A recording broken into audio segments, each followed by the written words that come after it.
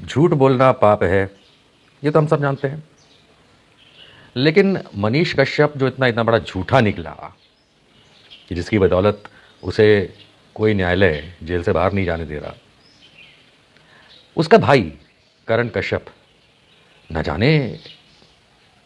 देखिए, मुझे किसी पे आरोप लगाने का कोई शौक नहीं है और ना ही आप लोगों को शौक होगा, लेकिन एक बड़ी इंटरेस्टिंग सी बात है। थोड़ा सा चुनावों में बिजी था, 3 जगह भाजपा जीती, 1 जगह कांग्रेस जीती, वगैरह वगैरह चलता रहा। इस दरमियान कुछ लोग मुझे लगातार कुछ वीडियो लिंक्स बिहार से भेजते रहे, अलग अलग यूट्यूबर्स के, जिसमें करण कश्यप जो कि मनीष कश्यप का छोटा भाई है, वो मैंने जब देखे अब, तो उसमें ये कहता पाया गया है कि लगभग हर केस में मनीष कश्यप को ज़मानत मिल चुकी है, एक केस बाकी रखा है और उसमें भी अब हो जाएगी। कमाल की बात है। आई मीन, झूठ बोलने की ज़रूरत क्या है? क्या ज़रूरत है करण कश्यप को? ये मैं आज तक नहीं समझ पाया।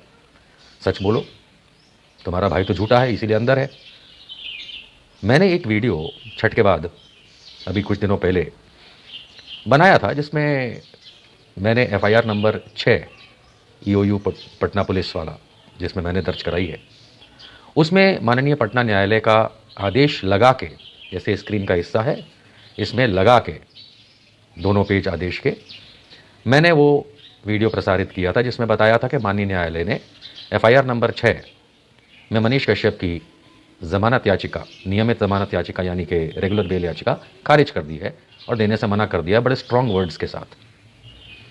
और उससे कुछ दिनों पहले, हफ्ता 10 दिन पहले, उससे मैंने एक और वीडियो प्रसारित किया था, जिसके अंदर FIR number 5 economic offence unit Bihar police Patna की जो है मनीष कश्यप के खिलाफ, उसमें भी पटना न्यायालय ने, माननीय न्यायालय ने उसको ज़मानत देने से इनकार कर दिया था। एफआईआर नंबर 5 वाला जो मामला है पटना वाला, उसमें 10 तारीख को न्यायालय ने उसकी याचिका खारिज की थी, और एफआईआर नंबर 6 जो मैंने दाखिल की हुई है मनीष कश्यप के खिलाफ, उसमें 6 नवंबर को उन्होंने खारिज कर दी थी उसकी ज़मानत याचिका के, नहीं ज़मानत नहीं देंगे। 2 तो यही हो गए। इसके उपरांत बेतिया में उमाकांत सिंह वाला मामला जो है, उसमें तो माफ़ कीजिएगा, पटना उच्च न्यायालय ने उसमें रिजेक्ट कर दी थी उसकी एंटीसिपेटरी बेल पिछले साल, और उसके बाद कोई याचिका लगाई भी नहीं है इसने।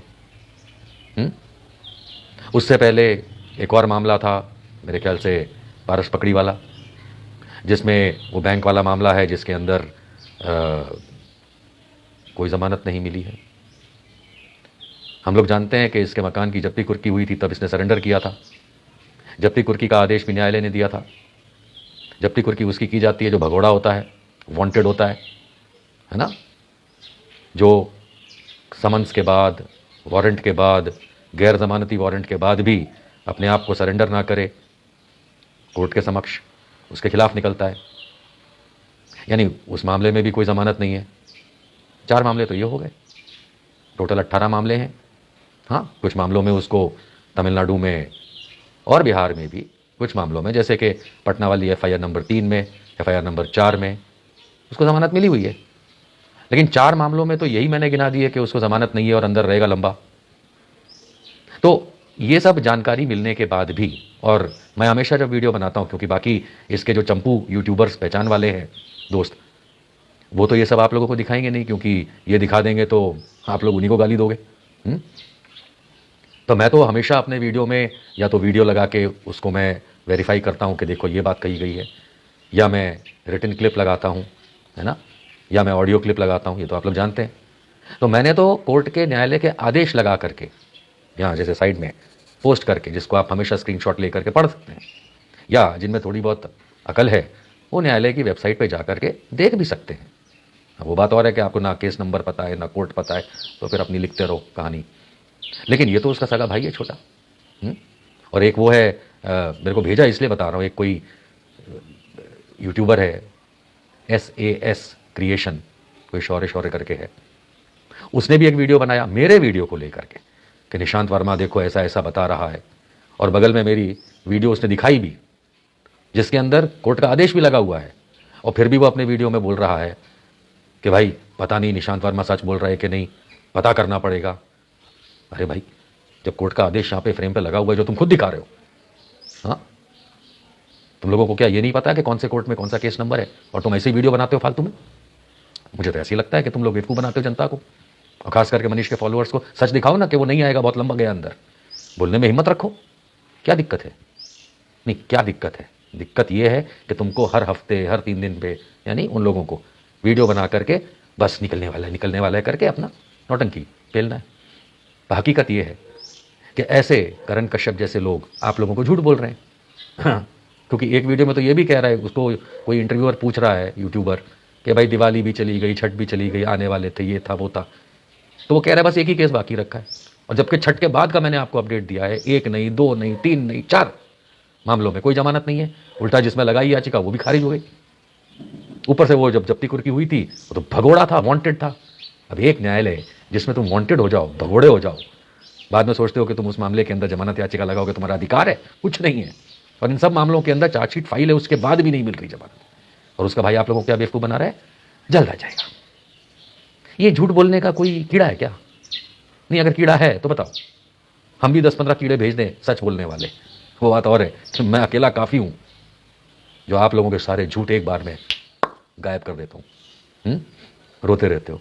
हालत ये हो गई है, मैंने देखा कि पहले तो बहुत यूट्यूबर्स मेरे चैनल, जो इन लोगों के चैनल हैं उस पर मेरे वीडियो उठा के डालते थे। क्यों? क्योंकि उनको समझ में आता था कि हाँ भाई अच्छी कंटेस्ट चल रही है। लेकिन अब हकीकत में मामला ये हो गया है कि मनीष कश्यप के नाम को बिहार सुनना ही नहीं चाहता। हाँ, वो फेक आईडीज़ इनकी चलती हैं बहुत सारी, हज़ारों की संख्या में, उसी में लाइक कमेंट्स चलते हैं। हाँ, और उसी में वो क्या कहते हैं, प्रोफाइल लॉक वाले आकर के अपनी बकबक लिख देते हैं, विच इज़ फाइन। लेकिन हकीकत ये है कि अब तो करण कश्यप भी झूठ बोलने लगा। आज मैं चाहता तो सारे वीडियो उसके लगा सकता था, यहाँ वो SAS क्रिएशन वाले की भी लगा सकता था, ज़रूरत क्या। पर अंत में मैं एक बात बता दूँ, ये जो झूठ बोला जा रहा है ना, ये मेरे बारे में नहीं बोला जा रहा है। ये करण कश्यप, SAS क्रिएशन और इसके जैसे जो लोग हैं, ये माननीय न्यायालय का अनादर कर रहे हैं। क्या कर रहे हैं? माननीय न्यायालय के आदेश का अनादर कर रहे हैं। ऐसा भी नहीं कि कोई हवा में बात है। करण कश्यप के पास तो सारे आदेश होंगे, वो तो खुद जाता है अपने भाई के केसों में, वही चलवा रहा है। और वो SAS क्रिएशन जैसा जो कि लगा करके जब वीडियो दिख रहा है कि उसके अंदर ये पूरा आदेश लगा है, बताया भी जा रहा है, तो भी झूठ बोल रहा है। तो मैंने क्योंकि आप लोगों को अब शौक हो गया है, दूसरे राजनीतिक दलों के, मेरे जैसे लोगों की तो बात छोड़ दीजिए, आम इंसानों की तो बात छोड़ दीजिए, अब तो करण कश्यप और ये SAS क्रिएशन और इनके जैसे जो यूट्यूबर्स और लोग हैं, अब ये तो माननीय न्यायालय का खुल के अनादर कर रहे हैं। समझ में आ गया? क्योंकि झूठ बोल रहे हैं, आदेश सामने होने के बाद झूठ बोल रहे हैं। तो मैंने आज एक पत्र लिख दिया। नहीं, मैं दिखाऊंगा नहीं, क्योंकि वीडियो और पत्र दिखाने और आदेश दिखाने के बाद भी जब झूठ बोलते हैं तो अब मैं आपको ये वाला पत्र क्यों दिखाऊं। ये तो मैंने लिख दिया है और आज जा रहा है माननीय न्यायालय पटना के पास कि एक व्यक्ति जो जेल में इतने गंभीर आरोपों में अंदर है, उसका सगा भाई और उसके चहेते यूट्यूबर मिलकर के माननीय न्यायालय का अनादर करते हुए झूठ फैला रहे हैं आदेश के खिलाफ। जो आदेश है वो बता भी नहीं रहे और उसके खिलाफ झूठ फैला रहे हैं।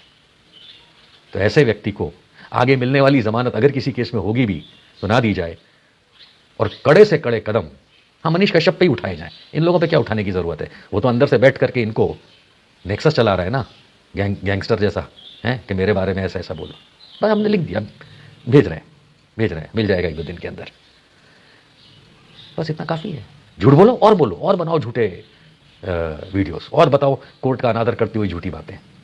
हम तो बैठे आपके लिए, है ना। जय बिहार।